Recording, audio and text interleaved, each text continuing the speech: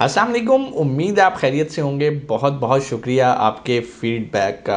हमने ऑलरेडी एक वीडियो बनाई थी जिसमें हमने आपको बताया कि भाई अगर आप कनाडा विज़िट वीज़ा पे जाना चाहते हो तो वहाँ जाके आपने जॉब हंट करनी है, जॉब ढूंढनी है। और जब एम्प्लॉयर आपको मिल जाता है, वो आपको जॉब दे देता है, तो आप अपने विज़िट वीज़ा को कन्वर्ट कर सकते हैं बआसानी वर्क परमिट पे। लेकिन उस जॉब ऑफ़र की कुछ रिक्वायरमेंट्स थी, वो LMIA के अंडर आनी चाहिए, LMIA अप्रूव्ड होनी चाहिए। और LMIA अप्रूव्ड जॉब्स कनाडा में इस वक्त सेल हो रही हैं। कोई $20,000 की बेचता है, कोई $50,000 की बेचता है, कोई $80,000 की भी बेचता है। जिसका जहाँ पे दाल लगता है वो वहाँ पर करता है। तो बहुत सारे हमारे भाई जो इस टाइम विज़िट वीज़ा पे वहाँ जा चुके हैं, या बहुत सारे लोग जो प्लानिंग करेंगे यार हमें विज़िट वीज़ा पे जाना चाहिए, it's a shortest way to PR। और वाकई ये शॉर्टेस्ट वे है PR लेने के लिए। आपको ज़रूर जाना चाहिए इस पे, ठीक है। अब विज़िट वीज़ा तो चलो आपने किसी तरीके लगा लिया, आप फाइनेंशियली तगड़े हो। विज़िट वीज़ा फाइनेंशियली तगड़े पे मिलता है, माड़ा बंदा नहीं अप्लाई कर सकता। अगर 6 महीने की आपकी स्टेटमेंट वेल मेंटेन्ड है, एक दो आपने टूर मारे हुए हैं बाहर के, तो आप बासानी विज़िट वीज़ा ले लेते हो। विज़िट वीज़ा लेने में कोई टेंशन नहीं है। अब जब आप विज़िट वीज़ा लेके चले जाते हो, अब डेफिनेटली आपके पास आइल्स भी नहीं है, आपकी इंग्लिश भी माड़ी है, आपने जो कुछ भी किया कोई टेंशन नहीं है। वहाँ पर अगर एम्प्लॉयर किसी जान पहचान से आपको मिल जाता है कि यार ये मेरे इसको रख लो, तो उसके पास LMI की ऑप्शन है। वो सिर्फ आपसे एग्रीमेंट कर लेता है, ठीक है यार मैं आपको रख लेता हूँ, लेकिन 2 साल आपने कहीं और जॉब नहीं करनी। तो मेरा नहीं ख्याल ये कोई बुरा सौदा है। तो बहुत सारे लोग जाते हैं, उन्हें फ्री ऑफ कॉस्ट वहाँ पे जॉब मिल जाती है। हाँ, वहाँ जाके अगर आप किसी कंसल्टेंट एजेंट के थ्रू चढ़ते हो, या पाकिस्तान से किसी एजेंट के थ्रू चढ़ जाते हो कि यार मुझे यहीं से नौकरी लगवा दो, मैं वहाँ जाऊँगा, तो आपके चांसेस मिल तो जाएंगे, लेकिन आपके लिए अच्छा नहीं होएगा। अच्छा हाँ, बहुत सारे लोग जो एक्सप्रेस एंट्री के लिए जा रहे होते हैं, उनकी एज ओके है, सारा कुछ ओके है, लेकिन फिर भी उनके पॉइंट्स टेबल पे पूरे नहीं बने होते। तो वो लोग भी क्या करते हैं, वो यहाँ से पेपर जॉब बाय कर लेते हैं ताकि उन्हें 200 पॉइंट्स मिल जाएं और वो एक्सप्रेस एंट्री के लिए चले जाएँ। अब फैसला आपका है, ये टोटली डिपेंड करता है आपकी पॉकेट में कितने पैसे हैं। लोग ये काम भी करें, लोग वो काम भी करें, लेकिन मैं आज आपको जेन्युइन काम बताऊँगा कि आप कैसे खुद मेहनत करके जेन्युइन एम्प्लॉयर ढूंढ सकते हैं जो कि आपको जेन्युइन जॉब देगा। इस पे ऑलरेडी वीडियो बनाई थी, लेकिन लोग समझ नहीं पा रहे थे। लोग सब कह रहे थे कि सर ये तो उन लोगों के लिए जॉब है जो कनाडा में रह रहे हैं, ये देखें ये एम्प्लॉयर जो है वो ये कह रहा है कि मैं सिर्फ उसी को दूंगा जो यहाँ पर होगा। तो आपको पहले सिस्टम समझना है। अब तो हम ये ज्यूम कर रहे हैं ना कि आप वहाँ पर चले गए हो, आपने विजिट वीज़ा ले लिया, अब आप चले गए। जस्ट इमेजिन आप कनाडा बैठे हो, आपने जॉब कैसे लेनी है, ठीक है। लेकिन आप यहीं से वर्किंग करके जाओ, यहीं से एम्प्लॉयर ढूंढ के जाओ, यहीं से एम्प्लॉयर टारगेट करके जाओ। फिर एक और बात भी मैं आपको बात बताता हूँ, मज़े की बात। अगर तो आप मेन सिटीज़ के अंदर जॉब ढूंढोगे, एम्प्लॉय ढूंढोगे ना, तो वहाँ पर आपको शायद मुश्किल होगी। क्यों? सैचुरेटेड है, हर बंदा इजीली मिल जाता है। अगर आप किसी ऐसी जगह पर जॉब ढूंढोगे जो कि सराउंडिंग में है, लेकिन वो थोड़ा सा काउंटी टाइप, उनके गांव टाइप थोड़ा सा हट के आ जाता है, प्रोविंस चेंज हो जाता है, तो आपके चांसेस बहुत ज़्यादा हो जाते हैं। हाँ, वहाँ पे वेदर थोड़ा सा टफ होएगा, मुश्किलात होती हैं, लेकिन 1 साल औखा निकालना है अगर आप विज़िट वीज़ा वाले चैनल के थ्रू जा रहे हो। क्यों? आप विज़िट वीज़ा लेके जाते हो, आपको जॉब मिलती है, 1 साल आप LMIA की जॉब करते हो। जैसे ही साल आपका पूरा होता है, आप वर्क परमिट के लिए अप्लाई कर देते हो। जैसे ही वर्क परमिट के लिए अप्लाई करते हो, 2 से 3 माह के अंदर आपका प्रोसेस होता है। और जैसे ही PR कार्ड आपके हाथ में आ जाता है ना, अब समझो आप वैसे ही हो कनाडा के अंदर जैसे आप यहाँ पाकिस्तान में फिर रहे हो। चाहे कारोबार करो, चाहे आप विज़िट करो, घूमो फिरो, कुछ भी ना करो, आपको गवर्नमेंट भी सपोर्ट करेगी। या अगर आप कहीं जॉब करना चाहते हो, जॉब करो, पढ़ना चाहते हो, पढ़ो। कहने का मतलब ये है कि अब आप समझ लें उस शहर के, उस मुल्क के एक शहरी बन चुके हैं। ठीक हो गया।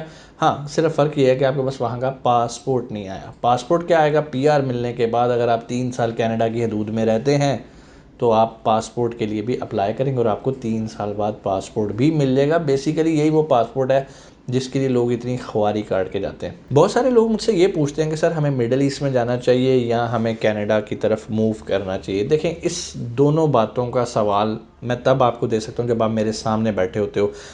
ये बेसिकली सवाल मेरे से कैरियर काउंसलिंग के लिए जो लोग आते हैं मेरे पास कि सर हमें मशवरा दें, हमें थोड़ा सा गाइड करें, हमारे फ्यूचर के बारे में हमें थोड़ी सी रहनुमाई कर दें, ये हमारी एज है, ये हमारी फाइनेंशियल कंडीशन है। मैं उनका पूरा एक इंटरव्यू करने के बाद उनको गाइड करता हूँ कि भाई मिडल ईस्ट की तरफ आपको जाना है या आपको कनाडा की तरफ जाना है। अब थोड़ा सा मैं आपको एक्सप्लेन कर देता हूँ। देखो भाई, पैसे कमाने हैं ना, अगर मिडल ईस्ट में पैसे बनते हैं, अच्छे बनते हैं, लेकिन प्रॉब्लम क्या है? नेशनलिटी नहीं मिलती। कनाडा मुश्किल है, पासपोर्ट मिल जाता है। सबसे बड़ी बात, जब पासपोर्ट मिल जाता है ना, तो फिर आप थोड़ा सा रिलैक्स हो जाते हो, फिर आप ज़रूरी नहीं है कनाडा में रहो, आप दुनिया के किसी भी पार्ट में मूव हो सकते हो, आप वहाँ से मिडल ईस्ट भी आ सकते हो, लेकिन आपके पास पासपोर्ट, आप जब चाहे दोबारा वहाँ पे जाके रह सकते हो। दूसरी बात, कैनेडियन एटमॉस्फेयर, मौसम, बड़ी चीज़ें देखने वाली होती हैं कि आप किस चैनल के थ्रू जा रहे हो। स्टार्ट में दोनों में मेहनत है, दोनों में मेहनत करनी पड़ती है, चाहे आप मिडल ईस्ट चले जाओ, कनाडा चले जाओ, लेकिन यहाँ पर मेहनत के बाद पैसा है, यहाँ पर मेहनत के बाद पीआर है और आपका सिटीज़नशिप है। फ़ैसला आपका है कि आप दोनों में से किसको प्रेफर कर रहे हो। अगर आपकी नज़र में पासपोर्ट ज़्यादा अहम है, दैन चूज़ कनाडा और आज से उस पर वर्किंग स्टार्ट कर दो। कनाडा का प्रोसेस स्लो होता है। UAE is not a big deal, आपको जैसे जॉब मिलती है आप चले जाते हो, नहीं जॉब मिलती विजिट वीज़ा पकड़ो, जाके जॉब ढूंढो, छोटी मोटी जो नौकरी पे लग जाओ, 3,000 4,000 पे मिलती है, लग जाओ जाके। जैसे ही आप वहाँ घुस जाओगे ना मार्केट में, आपको एक्सपोजर मिलना शुरू हो जाएगा, अच्छा मुझे ये स्किल लेनी है, इसके बाद मेरी सैलरी 8 हो जाएगी, आप उस पर काम करते हो, वैसे कॉन्टैक्ट्स, रिलेशन बिल्डिंग बनती है, आपके लिए रास्ते खुलते जाते हैं। तो इस चीज़ का आपने ख्याल रखना है कि आपके जेन में क्या है। Quick money generation Middle East, PR citizenship Canada. हर इंसान के अपने गोल्स होते हैं ना। कुछ लोग फाइनेंशियली तगड़े होते हैं, उन्हें पैसे की कोई टेंशन नहीं होती, वो कहते हैं सर पासपोर्ट चाहिए, कनाडा जाओ। कुछ लोग जो लोअर मिडिल क्लास में हैं, जो कहते हैं कि नहीं सर हम अभी इतने फाइनेंशियल तगड़े नहीं है कि हम, क्यों, उसकी वजह मैं आपको बताता हूँ भाई। कनाडा की टिकट 8 लाख रुपए की, ठीक है। अब मिसाल के तौर पे आप पीआर अप्लाई करते हो, आप फैमिली के 4 लोग हो, 4 लोग 8 चौके 32 लाख रुपए की जो टिकटें हैं, ठीक है। अब उससे पहले अगर आप विजिट वीज़ा वाला चैनल लेते हो तो विजिट वीज़ा में एम्बेसी देखती है कि आपके बैंक में कितने पैसे पड़े हुए हैं। एम्बेसी सिर्फ ये नहीं देखती कि आपके पास टिकट के पैसे हैं जाने के या नहीं, आपके पास पैसे हैं वहाँ पे खाने पीने के या नहीं। एम्बेसी ये देखती है कि जो पीछे आप घर वाले छोड़ के जा रहे हो उनके लिए भी कोई खाने पीने का सामान है या नहीं। तो एम्बेसी ये सारी चीज़ें देखती है। तो कहने का मतलब ये है कि अगर एक बंदा जा रहा है कनाडा में तो उसको कम से कम पाकिस्तानी 2.5 मिलियन की एक स्टेबल बैंक स्टेटमेंट शो करनी है। जब मैं स्टेबल बैंक स्टेटमेंट की बात करता हूँ तो इसका मतलब है कि 6 महीने आपने कंटिन्यूस क्लोजिंग बैलेंस शो करना है कि भाई ये देखो ये 2.5 मिलियन पड़ा, ये मैंने खर्च भी नहीं किया, ये 2.5 मिलियन पड़ा, ये 2.5 मिलियन पड़ा। तो अब मुझे एक बात बताएं, लोअर मिडिल या मिडिल क्लास वाला 25 लाख रुपया अपने अकाउंट में सस्टेन कर सकता है 6 महीने के लिए? इधर तो पाकिस्तान में इस टाइम हालात ये हैं कि अगर एक शख्स 10 लाख कमा रहा है ना तो उसके खर्चे 11 लाख रुपए हैं। इवन अगर कोई शख्स 50,000 कमा रहा है तो उसके खर्चे 55,000 रुपये हैं। सिंपल सा रूल है। बहुत सारे लोग समझते हैं कि यार जो अमीर है ना वो सेविंग करें, ऐसा नहीं है। उनका लाइफ स्टाइल ही वही है। अब जो V8 में फिर रहा है उसके खर्चे वही हैं, उसने अपनी कार की मेंटेनेंस करवानी है, उसके पास घर है 3 कनाल का, मेड्स हैं, गार्डनर है, सारे उसके खर्चे उस लेवल के हैं। तो अल्टीमेटली सब ब्रेक इवन पे प्ले कर रहे हैं या 19-20 ऊपर नीचे चल रहा होता है। किसी के लिए इस टाइम को पैसे सेव करके, हाँ अगर आपने कोई प्रॉपर्टी सेल कर दी है तो फिर भी आप instantly Canada visit visa apply नहीं कर सकते। आप उस पैसे को रखते हो अपने अकाउंट में, 6 महीने तक अपनी स्टेटमेंट को मेनटेन रखते हो। हाँ जब विजिट वीज़ा आ जाए उसके बाद आप उसको यूटिलाइज़ कर सकते हो, आप टिकट बाय करो और चले जाओ। लेकिन फिर वही बात आ गई, कनाडा वाली ऑप्शन उनके लिए है जिनकी जेब में पैसे हैं। मिडल ईस्ट पैसा नहीं चाहिए, ठीक है, ख्वारी चाहिए। ख्वारी किस सेंस के बाद वो भी सुन लो।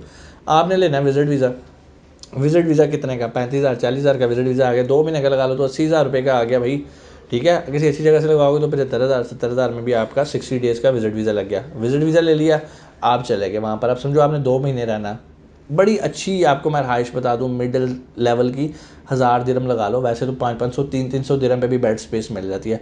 मैं कहता हूँ 1000 दिरहम लगा लो, 1000 दिरहम ज़रब 2 महीने आप रहे, 2000 दिरहम आपका खर्चा आ गया रहाइश का, ठीक है। 2080 रुपये का दिरहम भी लगाऊँ तो 1,60,000 रुपया यहाँ पर लग गया। टिकट आप लगा लो लाख रुपए की, 2,60,000 ये हो गया। फिर आपने जो वीज़ा एक्सपेंस पे किए 80,000, 2,60,000 जमा 3,40,000 ये हो गया। अब 2 महीने आपने रहना, 2,000 वो लगा लो आप खाने पीने का।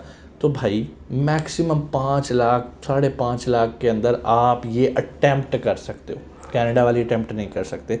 कनाडा में फॉर एग्जांपल आप विजिट वीज़ा कर रहे हो तो पीछे बैंक स्टेटमेंट शो करनी है। दुबई के लिए कोई बैंक स्टेटमेंट नहीं है। आप जाते हो 2 महीने तो मैंने चलो बड़ी बात कर दी, हो सकता है आपको अल्लाह करे 15 दिन बाद जॉब मिल जाती है तो जो अगला आपका सफ़र है वो बच गया आपका। वो कंपनी ने अब आपको नेक्स्ट अपना वीज़ा देना है, आपने कंपनी अच्छी कंपनीज आपको फ़्लाइट भी देती हैं, आप वापस जाते हो वहाँ से दोबारा वीज़ा स्टैम्प करवा के आते हो, सारा प्रोसेस करवाते हो। अब तो डे 1 से आपकी अर्निंग स्टार्ट हो गई, सैलरी मिल रही, चाहे वो 3,000 दिरहम है चाहे 4,000 दिरहम है, छोटी है बड़ी है कुछ भी है, आपके पहले दिन से अर्निंग स्टार्ट होगी। तो जो बंदा तो मिडिल क्लास या लोअर मिडिल क्लास में है उसके लिए तो एक बेहतरीन काम है कि यार डे 1 से अर्निंग आ रही है। अब वो क्या करे, सेविंग करे, स्टैकिंग करें, अपने पास जमा करना शुरू करें, अपनी एक स्टेटमेंट डेवलप करें।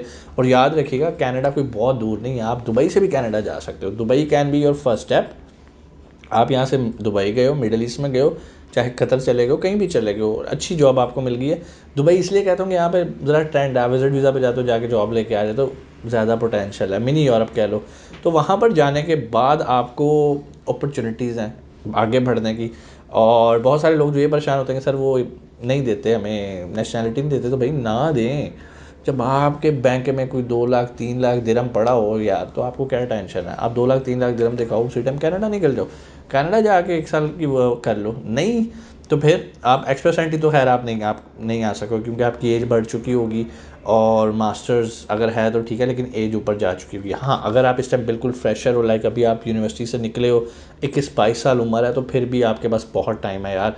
3 साल नहीं तो 2 साल यूएई में लगा लो। 2 साल में इतने आप तगड़े हो जाओगे कि आप कनाडा के लिए फ़्लाई कर सको।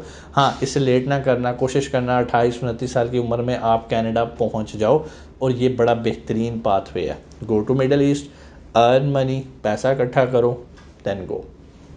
उम्मीद है चीज़ें आपको समझ में आई होंगी। जॉब कैसे लेनी है कनाडा के अंदर, आज हमने थोड़ी सी एक यूनिवर्सल सी वीडियो बना दी, क्योंकि लोगों के जो सवालात आ रहे थे, मेरा था कि मैं इस वीडियो के अंदर उसको कवर कर दूं। अगली वीडियो में आपको बता देता हूं भाई, सीधा हम लैपटॉप पे जाएंगे, टाइम वेस्ट नहीं करेंगे, और उसमें जाके मैं आपको बताऊंगा कि कैसे आपने कनाडा में बगैर पैसे दिए जॉब हासिल करनी है। अपना बहुत सारा ख्याल रखिएगा। पाकिस्तान जिंदाबाद।